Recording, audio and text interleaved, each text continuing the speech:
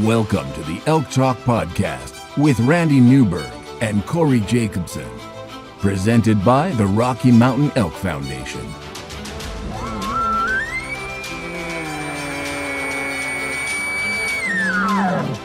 The goal is, what little you and I know about elk hunting, we share with people.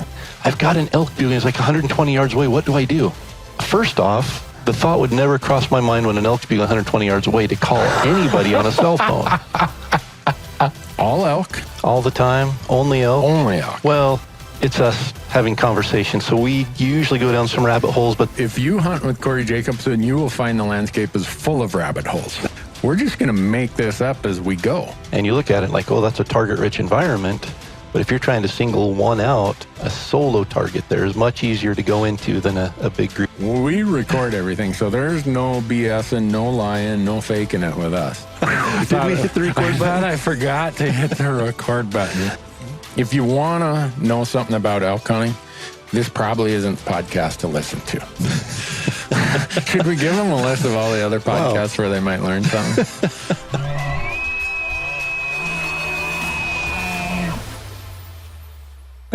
Just looking through them here, seeing if there's anything else.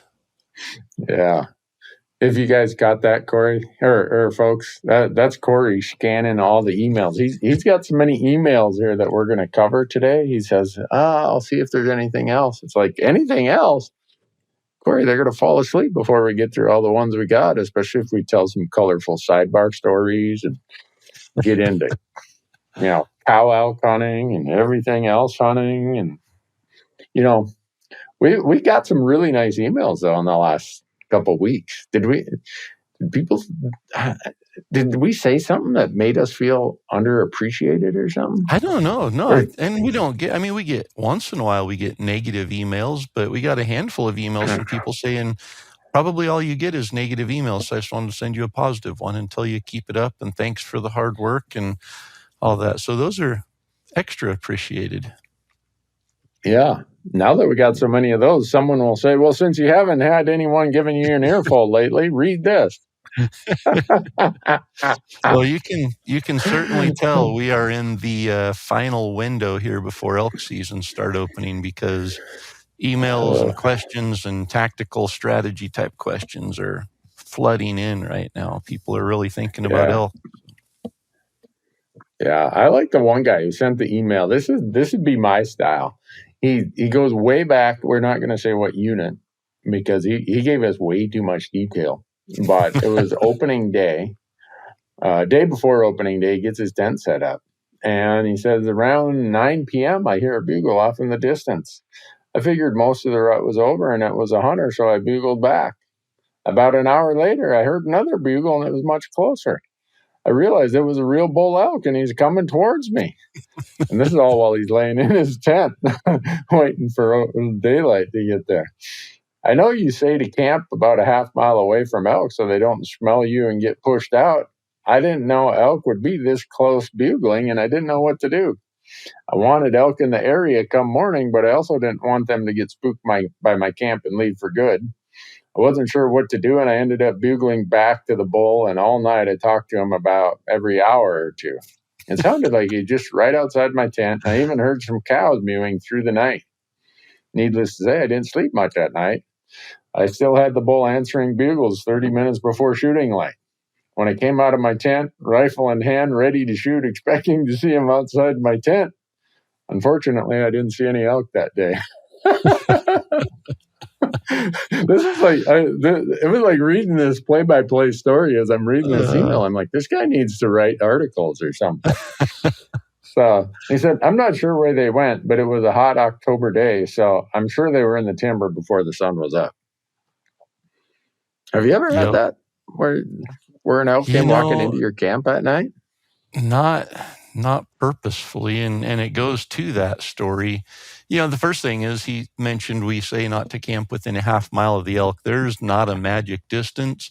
I just don't want to camp anywhere where my scent's going to where the elk are going to be. So I always try to be below the elk, because when you are in your camp, you usually get into camp at dark.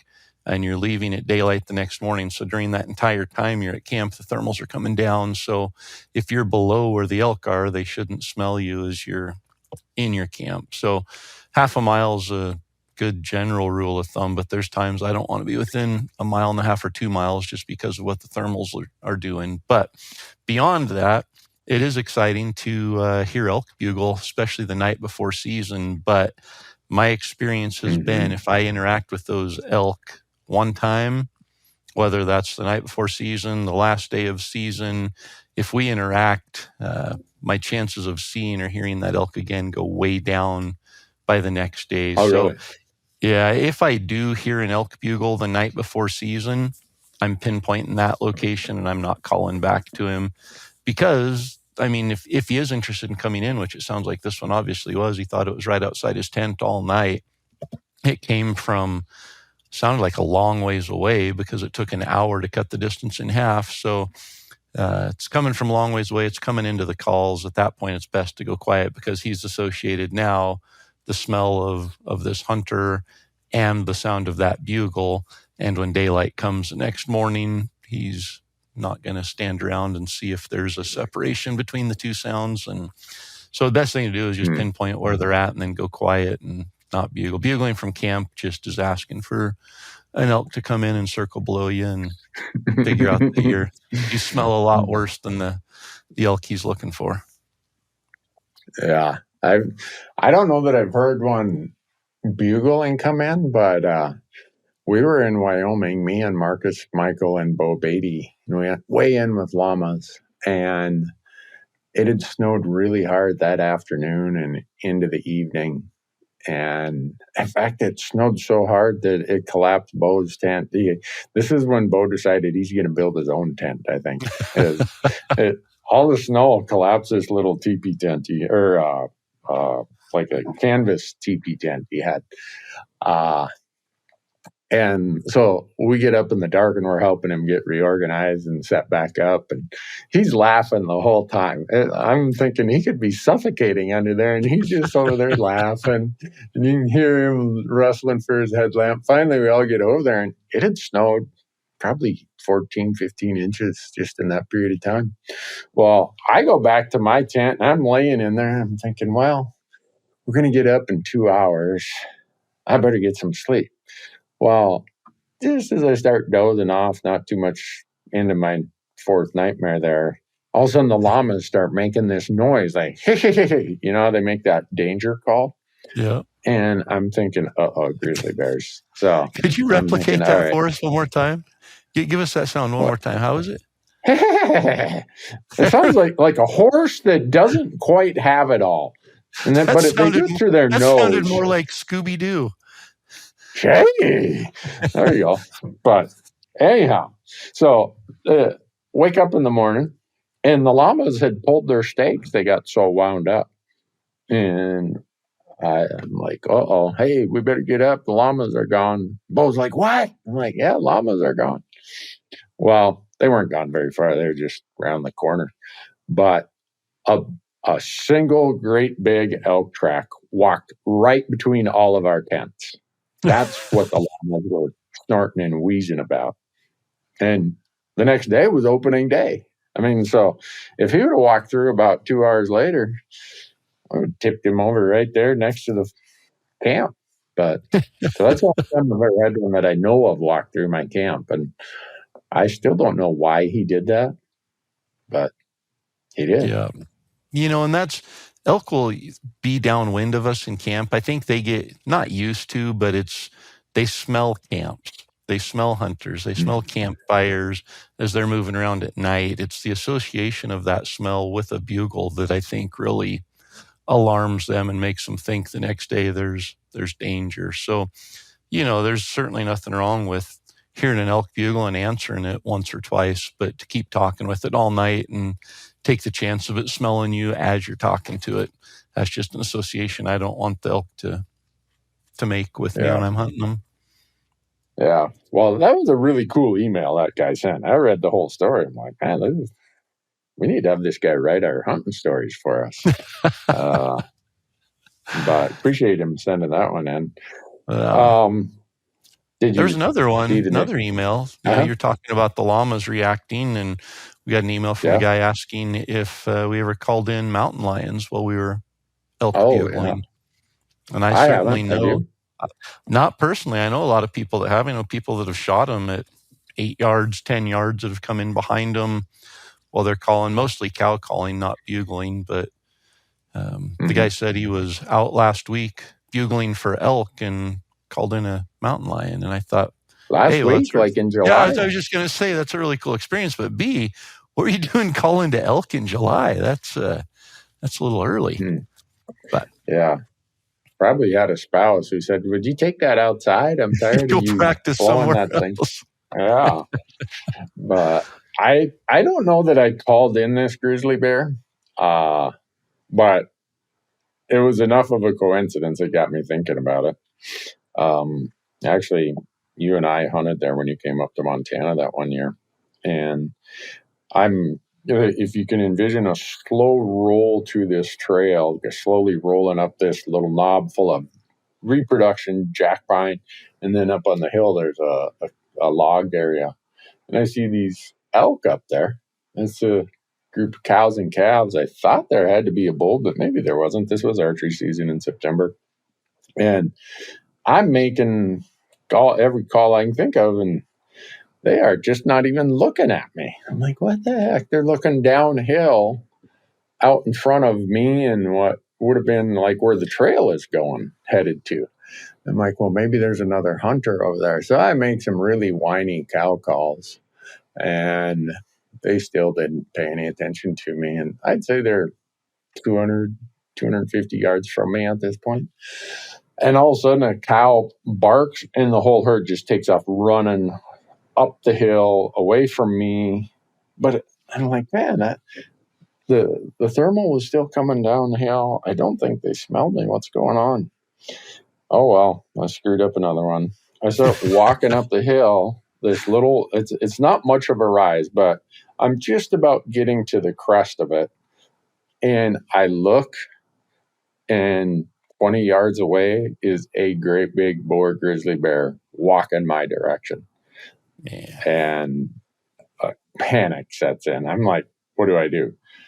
Almost as simultaneously as I saw him, he saw me and he stops. And now he kind of gets in this braced position and he looks. And I don't know if he saw me or smelled me, but if ever I owe thanks to the big trapper up above that he didn't call me home, it was that day, because that bear took off running off the trail down the hill. It sounded like a herd of bison running through the trees. And it happened so quick, I didn't even have a chance to soil my pants. But I don't know that I've ever had an adrenaline rush like that so quickly. I guess maybe you do anytime you have a crazy experience. But I'm just standing there like, what the? And then I'm like, get out of here, Randy. So I backpedaled back to the truck, came home. That was a Saturday morning. I remember I walked in the house and Kim's like, wait, what are you doing? I thought you were gone for the weekend. No, I'm not going to tempt fate today. So I don't know if I called that bear in or if it was just the coincidence that he and I happened to be walking towards each other on the same hill and we met right at the little crest of this knoll. I don't know. But no. You were calling and he was coming, so there's a pretty good correlation there anyway. Yeah, could be. But after putting it all together, that's why those elk weren't looking at me. Yeah. They knew he was down there. I don't know if they'd seen him, if they'd heard him, if he'd made some noise or what. But so, yeah, if you look at be bear aware or grizzly bear safety, they're like walk in large groups, make lots of noise, don't imitate animal sounds, walk with the wind at your back. Yeah, the way to avoid that we don't do. Exactly. Yeah, it's like on one side it'd be a tourist hiker would check I'm doing that. An archery elk hunter wouldn't check any of those boxes. I know. So, yep. Yeah, that was I've heard still several remember that stories one. of, people calling wolves in, people calling mountain lions in, people calling grizzly bears in. There was a guy in Wyoming several years ago when we were hunting in a grizzly bear unit there. The previous year, he had set up, I think he was just set up on a stump. He was sitting on a stump, just cow calling, just blind cow calling, seeing if anything would come. And a grizzly bear snuck up behind him and took a swipe at him and caught him in the side of the head and didn't kill him, but definitely caused a lot of damage. But yeah, they'll definitely, predators are keyed in on the sound. And almost all of them I've heard of have been cow or calf calling more so than bugles. Yeah. So I think predators are kind of keyed into that. And if they're hungry, that's what they eat. So yeah, what's the lowest risk opportunity? About a 6-week-old calf, right? They're not going to fight back very hard. Mom might come and kick you, but if you're a 500-pound grizzly bear, I'll take a bruise or two if I can eat your calf. Over somebody with 12 long, sharp, hard daggers off the top of their head trying to fight back. Yeah. Yeah. Can you imagine being a mountain lion and saying, I'm just going to eat bull elk for a living? I mean, that's a dangerous proposition. It is, but I don't know if there's a predator more aptly designed to do that than a mountain lion. I know. Marcus and I were talking about this the other day, how many mountain lions we've seen when we've been out hunting. Both times he and I have packed out a coos deer in Arizona that I've shot. We came out in the dark, and both times we encountered mountain lions just on these rim rock cliffs above where we were walking out. So I suspect they were probably doing the calculus. Well, is it worth to go steal that off that guy's backpack, or should we just wait? And I've seen him out black bear hunting, but I have never seen a mountain lion when I've been out elk hunting or deer hunting. Yeah. But what an incredible animal when you just watch them from afar. And oh, wait, last year in Arizona. Yeah. I think I might have told you that. We met, there was a group of 4 spikes and then a group of cows. Did I tell you about this? Yep. Yeah. And the mountain lion walked right between the 2 groups and acted like no big deal. Or the elk did. I don't know if they saw that his belly was full. It's like, he just ate Pete over there. Don't worry about it. He's not coming after us. So, amazing predators. I'm glad I don't got to hunt elk with just fangs and sharp claws. Well, I don't know. We have our own disadvantages, but I would take the muscle structure and strength of a mountain lion over my own any day. Oh, yeah. Me too. I would also take his hearing and his sight over mine any day also.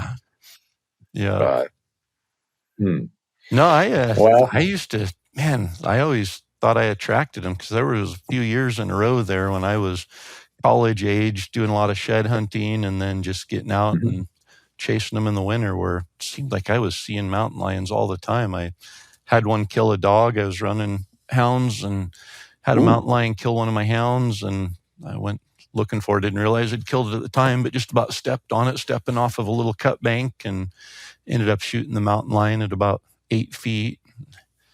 And actually the same year I hit one with my truck and killed one with the truck, and just about hit one on a motorcycle one time. It ran across the trail in front of me on the motorcycle, and it was within about 6 feet of my front tire and just a great big tail sticking up right in front of me. So yeah, I've had several. I've shot a handful of them just incidental out, either shed hunting in the spring or rifle hunting in the fall. Yeah.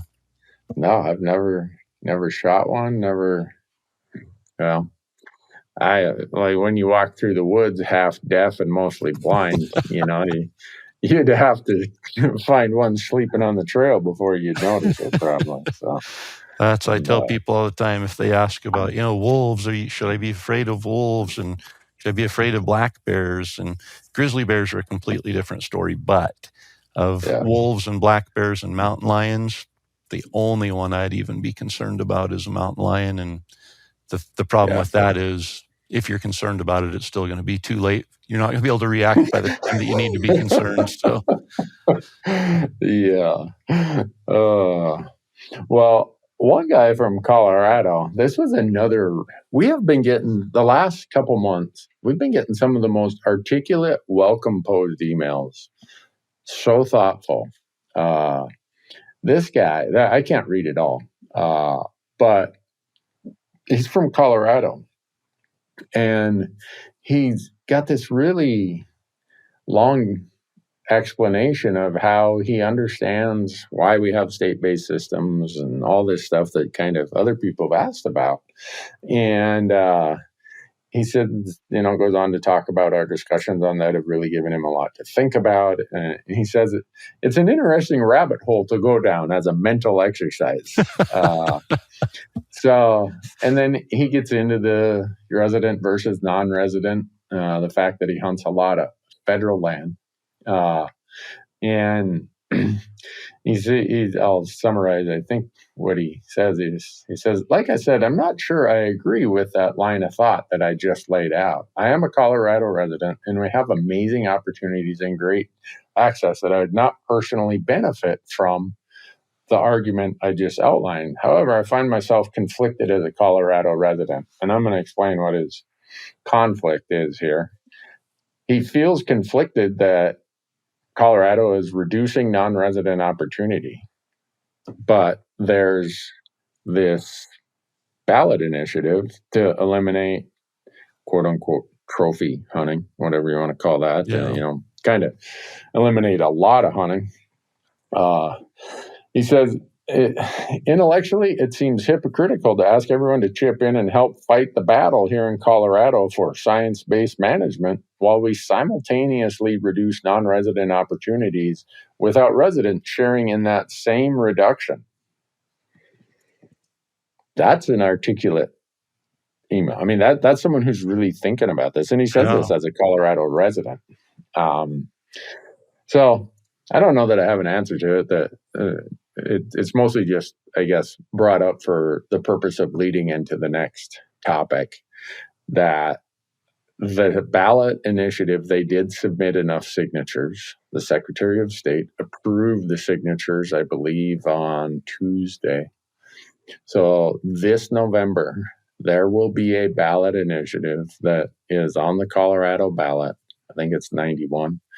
That is going to, by factual statement, get rid of lion hunting, bobcat hunting, other types of hunting. But then it goes into this other thing about trophy hunting and certain types and means of things that you can express that or extend that, extrapolate that out to a lot of other types of hunting. So,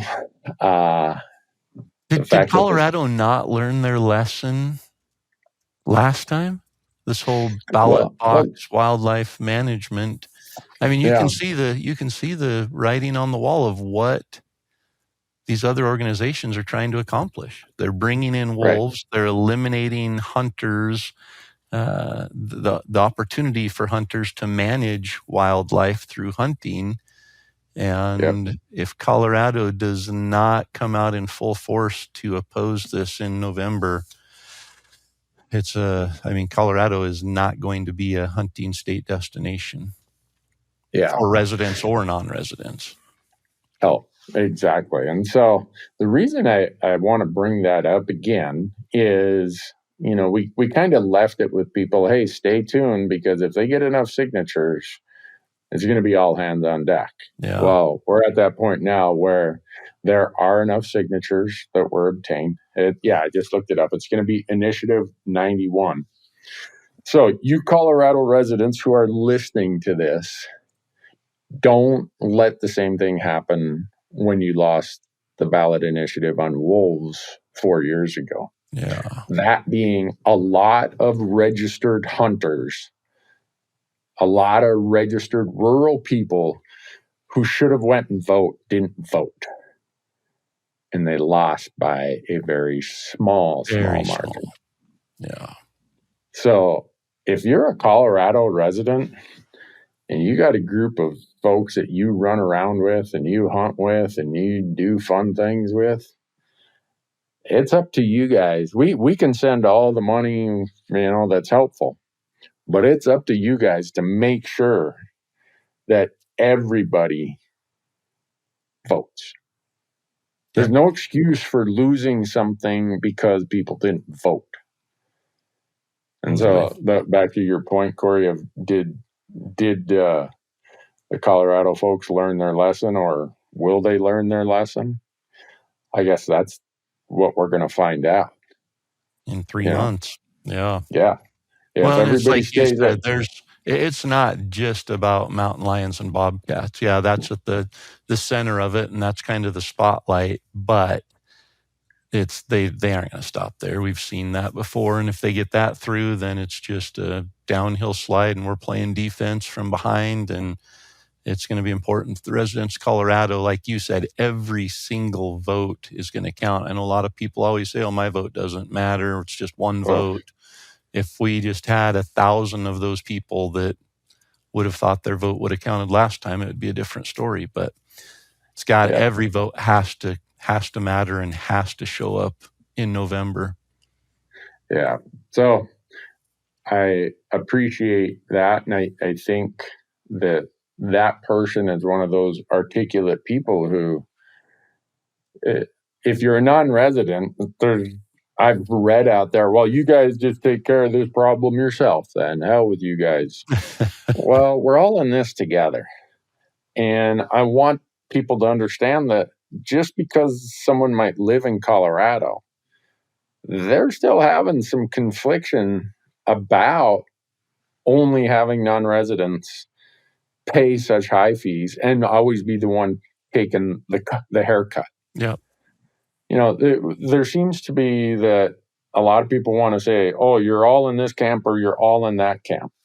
And it's not helpful when we split ourselves that way. And I know some will say, well, then they shouldn't put our non-resident tags. Well, this is the system we have, but we all lose. If these groups, these national, well-funded groups, prevail on this in Colorado, it's coming to your doorstep. I don't care if you live in Montana, Idaho, Wyoming, Florida, Texas. Yep. This is like where it's coming down, folks. Well, that's the hard part is these are nationally or internationally funded organizations that are going and picking on states that are like Colorado. Colorado is a very mixed use state and a very mixed representation of, political issues. And they recognize that. And so that's the one they're going to take down first. And they're going to establish a track record. It's going to be the Washington, the Oregon, the California. California already doesn't have mountain lion hunting, and, Oregon lost baiting and some other things and hounds. And, they've already established a foothold in a lot of these places. And now it's just a matter of going in and continuing to wipe it out. So I think it's important. We've gotten emails from people in the past that have said, listen, the opportunities for non-residents to hunt elk in Western states is dwindling. And at some point, it's probably going to be pretty much non-existent. So why should I be a member of the Rocky Mountain Elk Foundation? Why should I be a member of this group? And when you look at the Rocky Mountain Elk Foundation, that one's pretty obvious that, they definitely put a lot more resources and energy into the states where there are elk, but look at all the states where they have helped reintroduce elk or grow very small elk herds. And that's why you should be a member. Yeah, it might be 20 years before you see any benefit in your state outside of the Western elk states, but don't think, we can't just get this mindset of it's not going to affect me in the next 20 years, so why should I even get involved? We've got to look way ahead in the future, and we've got to make sure that our vision is not today, that it's tomorrow.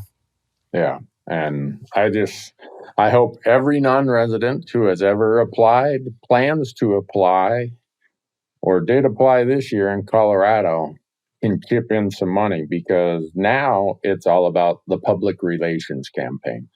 It's not about appealing to the elk hunter who lives in, say, Rangeley, or the elk hunter who lives in Pagosa Springs. This is about those people who maybe haven't really weighed or thought in their mind one way or the other, who could be influenced one direction or the other. They're kind of agnostic to the whole idea. You reach those people, mostly urban and suburban people, through media. And it's going to require a ton of money. It's going to require the type of people who can make an effective message to those middle, those undecided voters. And unfortunately, there's a good part of it, that effective message, because as hunters, we've been so ineffective with our message, the whole shoot, shovel, shut up with the wolves, it's just, that might be what we feel deep down inside, but what we have to communicate to the people who haven't made up their mind is something that needs to be a lot more eloquent in statement. And that's what's going to be important. We've got to sway the people who are on the fence, and we aren't going to do that by it's my way or the highway. We've got to have facts. We've got to be, rational about how we say it. We can't go out there and be full of emotion and making up things. It's got to be factual, and it's got to make sense, which it does. And that's a great thing about it, is hunting as a management tool makes sense. And when you lose the ability and the opportunity to manage wildlife through hunting, wildlife suffers. There's no doubt that at the end of the day, the organizations who are trying to take this away are not concerned about wildlife. They are not doing it to protect wildlife. They're doing it to eliminate our opportunity to hunt. Yeah.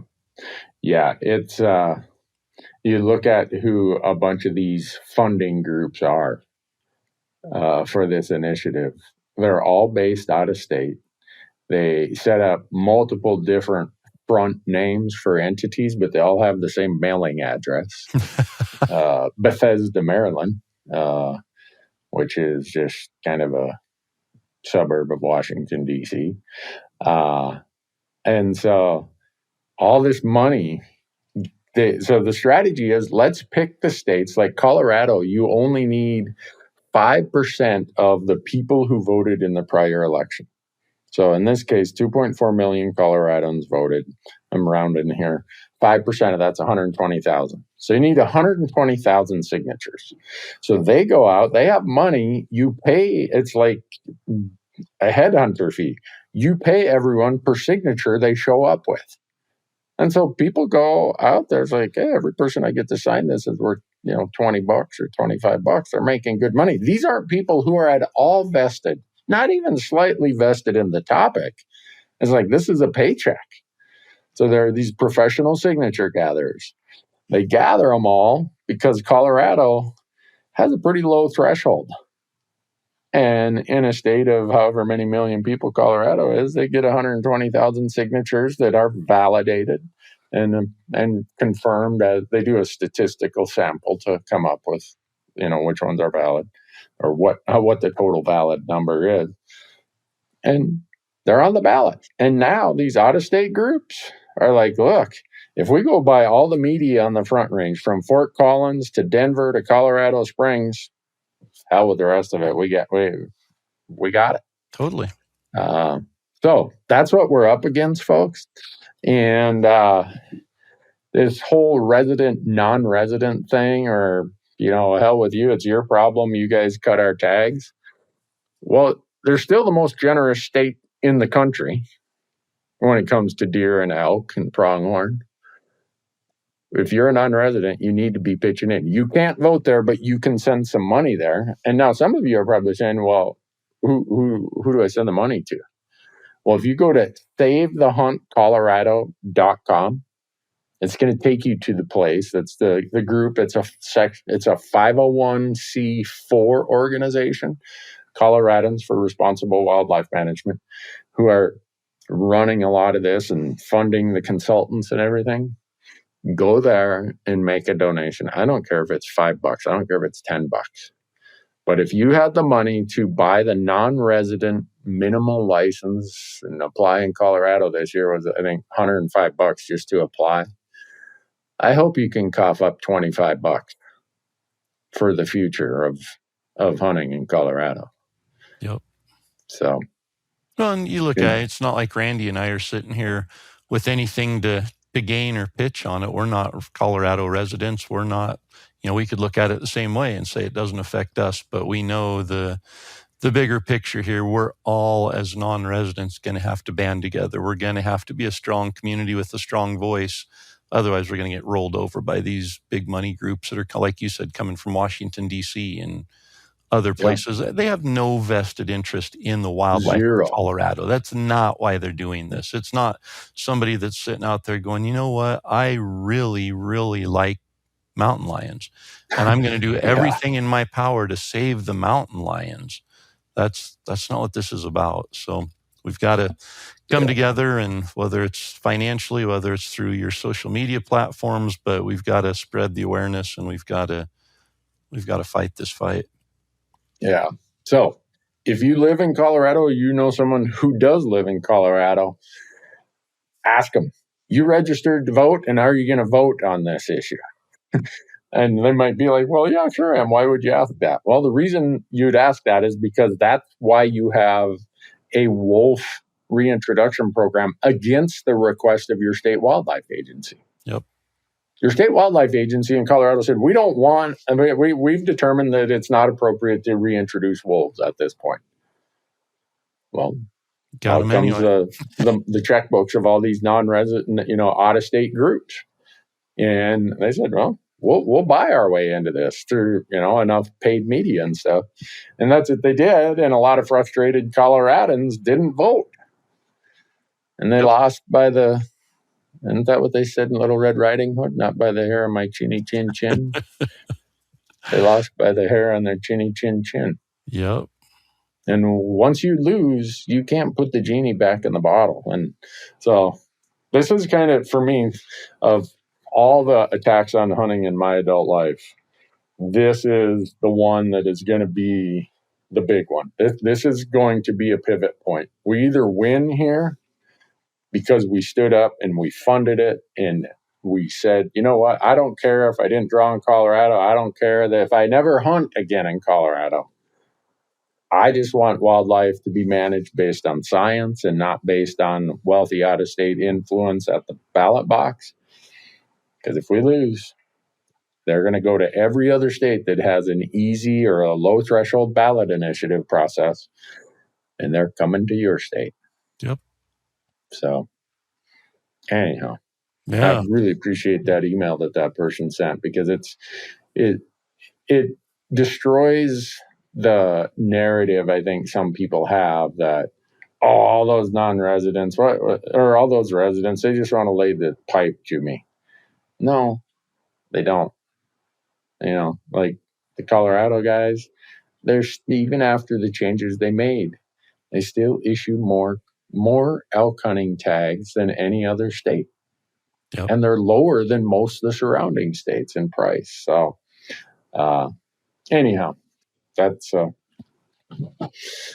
we just got to keep talking about. Yep. Between now and November, folks, you're all, we'll probably get emails that says, Randy, Corey, we get it. We sent our money. We told all of our friends to vote. Well, I get it, but it's just that important. So, yep. But did you get the email from the guy who's the mechanical engineer? I did see that one. Yeah. Did you? Yeah. You have a solution for him? I mean, you or I don't have false teeth. But yeah, it was about how to use diaphragm calls. Yeah, I think he started off, talking about as you get older, and one of the complications is when you get false teeth, you can't use the diaphragm calls. So, any suggestions there? There's definitely some external mouthpieces that you can use that either have a latex over them or a frame with the latex in it that you basically just blow on, and for people like that or with a real bad gag reflex, they work. Mm-hmm. Yeah. Couldn't you just use like a open reed call for cow calling? Yeah. For bugling, they don't work as good. Yeah. I suppose not. Sounds like a kazoo if you blow on it too hard. It kind of does. Yeah. His other question was, this tech-savvy Randy guy was bragging last episode that he could get his expertise turned into a contact method to link hunters in areas that don't have hunting partners. I was joking about that, but he's taking us up on this. He said, a lonely hunter's link that could help a guy like me not be out among the grizzlies and wolves all by myself might be helpful. Anyone listening, if you're into these dating apps or, whatever the heck. A dating app for hunters. Maybe there's a business opportunity here. I had said it jokingly, but I don't know. I mean, it's the same platform, but man, you're on the same risk as you do on internet dating sites. You might end up with a psycho axe murderer that won't ever leave you alone. And are you speaking from experience, Corey? No. Fortunately, on neither front, I don't have experience. But we had our elk camp events last week, and there was one of the individuals there that was talking, and he just said, I struggle with my hunting partner. We don't hunt the same way. We don't have the same goals, but, he's a friend, and I don't want to ruin a friendship and not hunt with him. But, and you really have to almost take it, not the same level, but similarities between that and a real relationship of you've got to be on the same page. You have to have the same goals. You have to, agree on some things. Otherwise, you're actually hampering your individual success by not doing that. And so, there's probably after the dating site for hunters, there's probably a Dr. Laura or some kind of similar advice site for hunting relationships. And we won't get those from Randy because we know the marital advice there has led people astray in the past. So. Yeah. Well, someone told me, who's this? There's like a Dave Ramsey guy or something that gives financial advice, I guess. Yeah. Do you know? I know him, yeah. Okay. Anyhow. One guy saw me in town the other day and he's telling his wife, he's like, this guy's the Dave Ramsey of the hunting world. I'm thinking, what the hell? How the heck did I be? I tell you to go blow all your money before you would, before you die, Dave Ramsey's talking about save it all for your kids and live like a hermit and, sleep in your doghouse and whatever else. I think I need to start a financial hunting podcast that is like the antithesis of this Dave Ramsey dude, because if you die with money, those are just hunting trips you could have went on.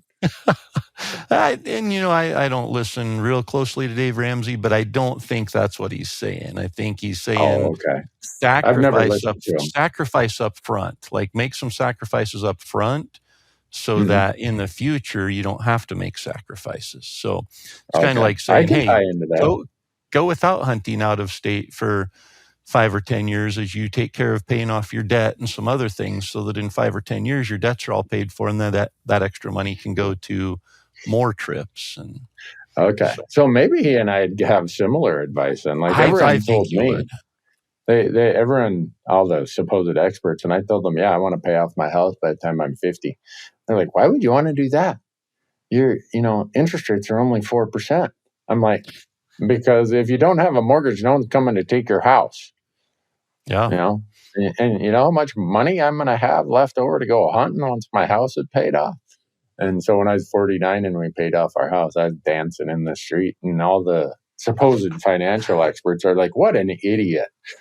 Well, okay, whatever. I'm hunting a lot more than you are, Well, and I've had people say, on that same topic of home ownership, they're like, I could pay off my house right now, but I get a tax benefit for the property taxes I pay on it every year. So I'm not going to miss out on that. And I'm like, oh man, how much of a tax benefit or how much are you paying in property taxes? And you only get a percentage of that anyway that you get to claim against, as a write-off. So it's just, there's all these things, but financial freedom allows you the opportunity to be able to do a lot more. And that freedom comes, when we're younger, we have to have auto payments and house payments and student loan payments. But the faster we can pay those off and get out of debt, the more freedom you have. And it's not just freedom to go hunting, like Randy said. It's a freedom of knowing that nobody's going to come and say, you know what? Yeah, this isn't actually your house. It's the bank's house. And the bank decided that they need to call on some cash here. And so they're kicking you out. Yeah. Well, maybe he and I are on the same page then. I better go listen to his stuff. I think you'd get along with his. Yeah, I think you'd get along with his advice. Yeah, this had nothing to do with elk hunting, but it has everything to do with elk hunting. The greatest freedom in the world is the freedom of your time to apply it where you want to apply it, not where you have to apply your time. Yep. And a big part towards that freedom for me was to just be debt free.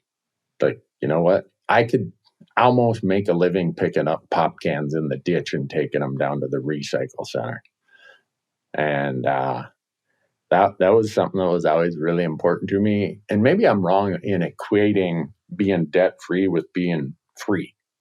Yeah. Free with my time. I still seem like my time's over allocated, but if there's one day that you come to realization that your time is you're spending too much time at work, if you don't have debt, you can make choices at that point. When you have debt, you're a slave to it. I mean, you are owned by it, you're bound to it, and there is nothing that you can do to get out from under it other than just keep going and showing up at work and working more. And that's where the time freedom really becomes the issue, is you aren't able to make that choice. Yeah. So I guess I'll leave it with this, Corey. Any of these supposed financial experts who tell you to stay in debt because your mortgage interest is worth what you're paying, I'm like the biggest tightwad you're going to talk to about paying taxes, right? My livelihood for 30 years was to disinherit the federal treasury. Find out how people can get away with paying the least amount to them. And not go to jail. Because we had the motto, I live by the motto, if someone's going to jail, make sure it's a client. Yeah. And so I've never been, at least not in U.S. jail. But so if it's worth anything, folks, I tried to make the mathematical formula work out every way possible that there's a justification for why I should pay all this interest on a mortgage when I don't have to. I couldn't come up with a mental mathematical gymnastics good enough to substantiate that. Because once your mortgage starts getting down, you're under the standard deduction anyhow, so you get zero benefit for that mortgage interest because your standard deduction is higher than your itemized deduction. So, no charge for that advice. Well, I was just going to say, man, if you are going to have any kind of an advice program related to hunting, it should probably be financial. Wait a second. You're saying my marriage is in worse shape than my finances? No, your marriage is strong. I've seen that firsthand. Your marriage advice is nowhere near as strong as your marriage itself. Well, that's because I'm not the only one responsible for the marriage. Exactly. So you and your wife are very, very close in your marriage strength, but you're probably a long ways away in your marriage advice. Or maybe. Yeah, you're probably right. I just hate it. Her one friend whose husband listens to this, and if this is like this anonymous guy. Kim is like, and I'm not going to write out her friend's name. We're at coffee or at Bible study today, and so-and-so's husband said, you said this. If one of you guys listening, your wife has coffee and Bible study with my wife, would you just shut up, man? You're going to put an end to this thing. But anyhow, I don't know how we get on the topic of man, I don't know. Oh, because smart Alex said, if you die with any money, those were hunting trips you could have went on. Oh, yeah. Yeah, there we go. Well, there's a very good chance I won't die with any money, Corey. You gotta have it while you're alive to die with it. So. That's true. So, but we got another really good email. This one's, I'm not going to say her name, but she's very descriptive here. She says, here's the deal. I was able to hunt with my bow for the very first time last year. I'm 53. I'm a woman, and I have the disadvantage of being 5'2", and I can only draw 45 pounds. But I got a 5x5 elk last year. And then she goes on to say, I think all the guys were in shock. I feel this year I have more to prove due to the harassment I will get if I get something again this year. Because it'll go down as just be if I don't get something this year, because last year will go down as beginner's luck. This year I want to make sure I stay out and hunt midday all day. It appears that many are quite successful during this time, but most of the guys I hunt with go back to camp. So you got any tips for what I can do to hunt all day? I'm seriously hooked. I wish I would have been doing this my whole life. I'm trying to educate myself as much as possible and teach my daughters with young families how to go get their own quality food. No. Just that email is worth a lot. I think it's cool that someone 52 or 53 takes up elk hunting and just says, I'm going to go do it. Yeah. And then has success the first year. And how many times do we hear people say, I'm an adult onset hunter and I wish I would have started earlier? We hear that all the time, that people are regretful they didn't start earlier. Yep. But to her question of hunting all day, every minute you're on the mountain increases your chances of an opportunity, and every opportunity increases your chances of success. So that alone, staying on the mountain, if you're back at camp, unless you have a elk wander right through the middle of the llamas in the middle of the day, which probably isn't going to happen, your chances are pretty close to zero. At least when you're out in the mountains, out in the woods during the middle of the day, there's a chance, whether it's 10%, whether it's 20, whatever the percentage is, it's higher than if you're at camp. So your odds go up there immediately. The second thing is, if you're a bow hunter and if you're hunting during the rut, an elk is easier to call in during the middle of the day than it is in the morning. And the simple nature of movement. I mean, an elk, especially a herd bull with cows, is following his cows first thing in the morning. They're going to a bedding area. And so he's on the move. And to turn him around and get him to come into your calls while he's chasing his cows or following his cows up the mountain is just hard. When he turns around, the cows aren't going to stop and wait. They're like, oh, Bill's going down to fight again. Let's all gather around and watch this. It's like, no, we've got to get to the bedding area, and we're on a very tight schedule to get there. So if you want to go and goof off, you go and do that. But we're going to the bedding area.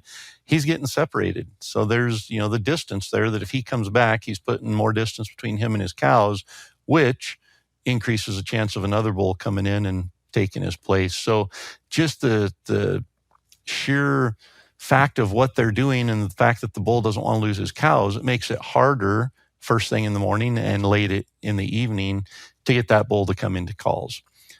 On the flip side, middle of the day, cows will quit moving. He's quit moving. He's quit chasing the cows. He knows exactly where they are. He only has to come in a couple hundred yards from where the cows are when you call him in during the middle of the day. So he's not worried about a big separation there. He's in their bedding area, which is a very sacred area for them, a very protected and territorial area. So if there's an intruder, another bull coming in, he not only is comfortable to come in a little ways and chase that bull off, but he's also motivated to do that because he doesn't want another bull in his bedding area. So if you're calling to elk and you can locate one in the middle of the day, that elk's often a much easier target to get to come into a calling setup than trying to run him down in the morning and get close enough that he feels comfortable to turn and come in real quick. That's great advice there. Well, I hope she stays out and hunts all day. And if she went back to camp and there's a bunch of 50-year-old and older guys, they're just going to be, on their cots snoring and farting and burping, and you can't get any sleep anyhow. So may as well stay out there and hunt as to put up with that kind of stuff. So even if you're just on the mountain, go sit by a water hole, go sit by a wallow, go sit on a trail at an intersection of a trail and sit there with your bow ready, even if you take a nap. But you're out there, and there's a chance of an encounter, and that encounter could lead to an opportunity. Yeah. Well, I'm sure someone will write and say I'm wrong when I say no one's ever killed a bull from camp. Someone will say, "Oh yeah, yeah." Okay. Not many people have killed one from camp. Yeah. I guess it'd probably be not consistently either. That's the big key. Yeah. So another person wants to know, how do you tell when a bull is bugling from its bed? That's laying down. There you go. Yeah.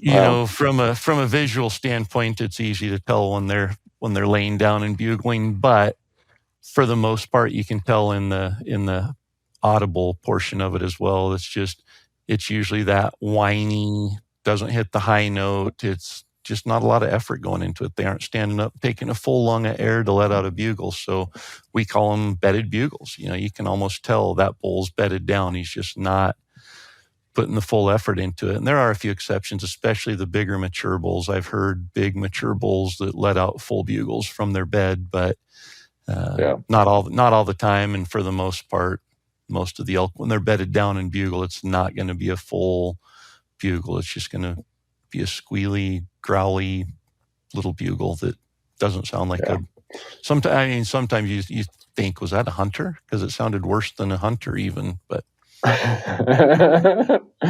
Well, and if they never move, you know, if it comes from the same place, 8 bugles in a row, and if it's on some shaded slope, you know, you start checking enough of the boxes, the odds are he's in there bedded with some cows. Yep. And if it's between the hours of 10 a.m. and 5 p.m., there's a really high possibility he's in a bedding area at least. And yeah. Oh, what else we got, Corey? Oh, I know. With this one, you and I are not eligible. Okay? What? Yeah. These disclaimers are getting kind of tiring. Well, I don't know what to tell you, my friend. It's always the cool stuff that we're not eligible for. So the Elk Foundation is it's called the Ultimate Elk Hunters Sweepstakes. It is a brand new Chevy Silverado Trail Boss with a Go Fast camper, the deck drawer system, you know, that you put underneath in the bed of your truck, custom front bumper, brand new off-road tires from Les Schwab, a Warn winch, a rifle, a scope, a bunch of luggage, a bow, a pack. Wow. I mean, they say the total value, maybe I haven't looked lately for what trucks cost, but holy smokes. The total value of this is $103,000. The truck, the camper, the everything else. So I actually saw that. You better get out there. You did? When we were in Missoula at the birthday celebration, they had it parked there, and there's a great big sign in the front of it that said, "Win this truck." And I was so tempted because your truck was parked over across the parking lot, and I was tempted to take the sign out of it and go put it on your truck. That would not have been good, Corey. Oh man, my truck's not worth $103,000. Maybe if I put $80,000 of cash in there, it'd be worth $103,000. But if you don't win the truck, so that's the grand prize. Then they have a first prize. I guess it's the second first prize. The grand prize is the first prize. So I'm just reading off here. On the first prize is a New Mexico elk hunt. Includes everything, 5 days of guiding, and all sorts of stuff, plus $5,000 for cash, travel, license, gratuities, and incidentals.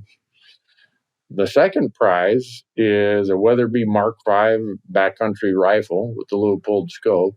Third prize is a loop-pulled optics package. Fourth prize is a Winchester Model 1894, the old 30-30 lever action that we all grow up watching Grandpa use.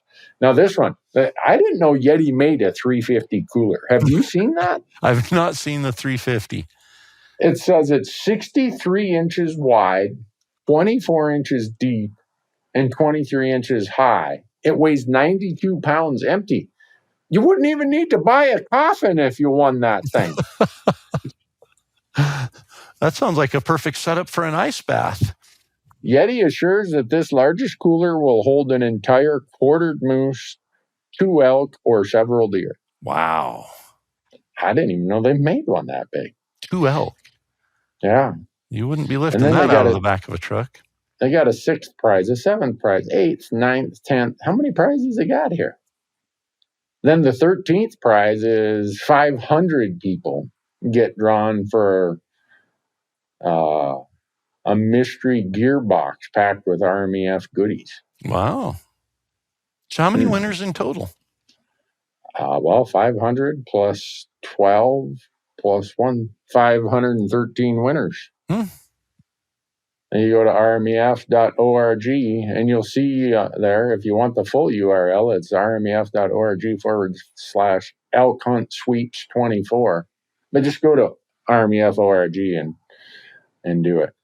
Yeah. It's all over the website there. But I think they're running it through August 31st. So you might want to get with the program. If you want to support elk, other wildlife and their habitat, public access, and everything else, now's your chance. But in the fine print, it says Randy Newberg and Corey Jacobson not allowed. I don't think it says that. I'm going to have to look into that a little more. No, it doesn't. I don't need a new It doesn't say that, but you and I have our statement that we don't apply for these. Can you imagine how bad that would look? I know. If you or I bought some tickets just to support the cause and then we won. That's why I always buy them under an alias. The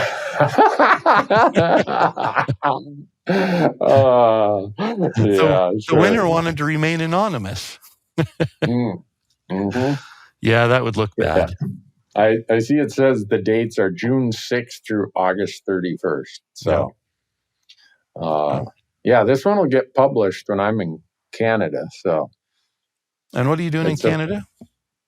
I'm going up there hunting ptarmigan. Nice. Yeah. Along with anything else that might get in the way.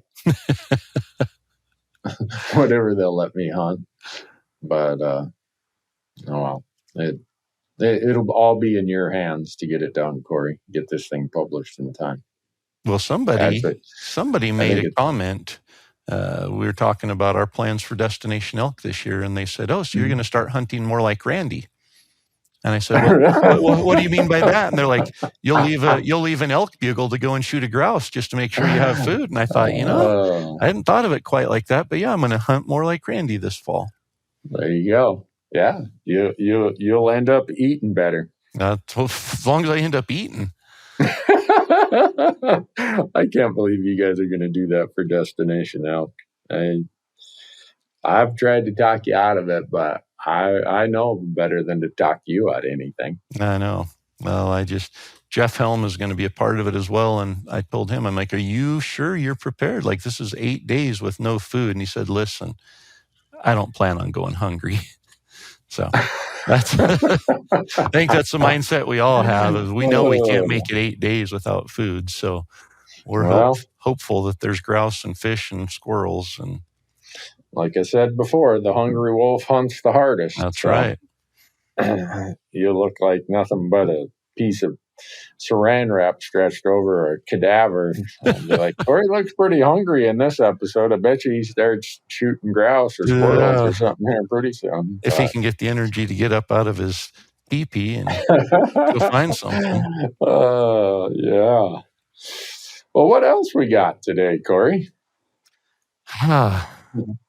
Man, Idaho put their sage grouse tags on sale 1st of August.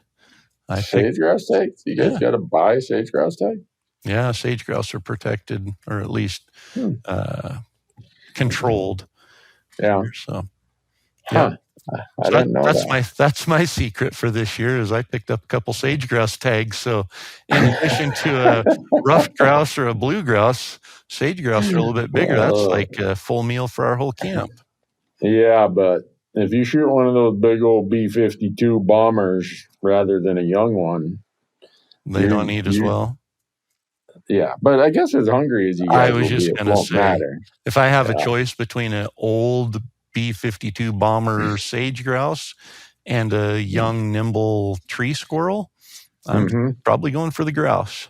One of my friends used to travel to China a lot, and he was the world's global sales leader for a very large company. And in China, he said they eat chicken feet as kind of like a delicate appetizer. They deep fry it, and he said, you're expected that you got to eat it. Yeah. If you go there, you're offending them if, they order chicken feet. So maybe you need to figure out a chicken foot recipe for that sage grouse because they got big feet. Someone might be able to make half a meal just on those knuckles and claws and scales that, I think I could talk myself into eating a grouse foot, but I've seen where chickens walk. You are not ever going to convince me to eat a chicken's foot.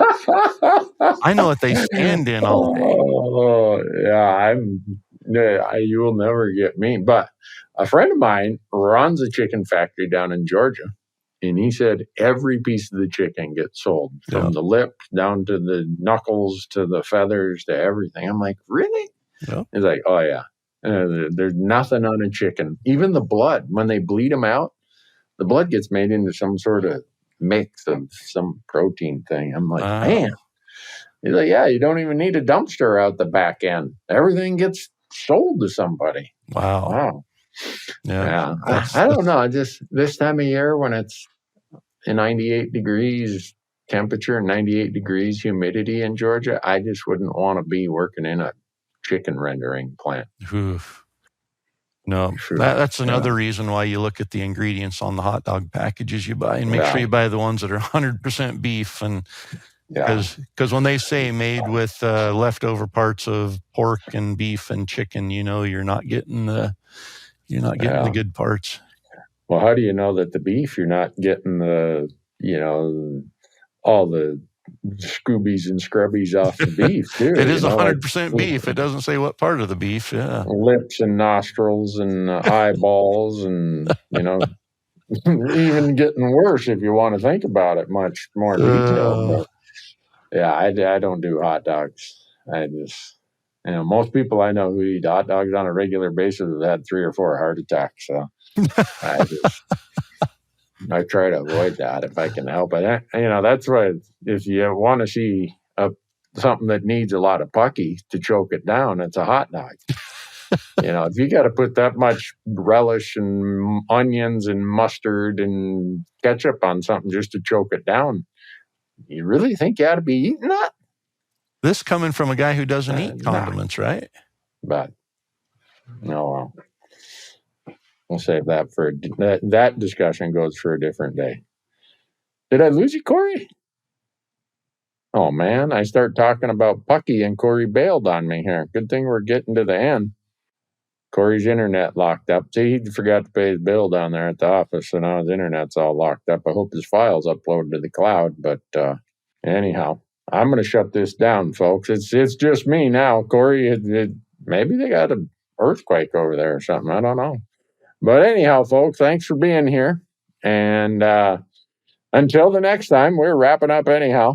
I'll go find out what happened to Corey and get him revived for the next podcast here in a week or two. But sure appreciate y'all being here.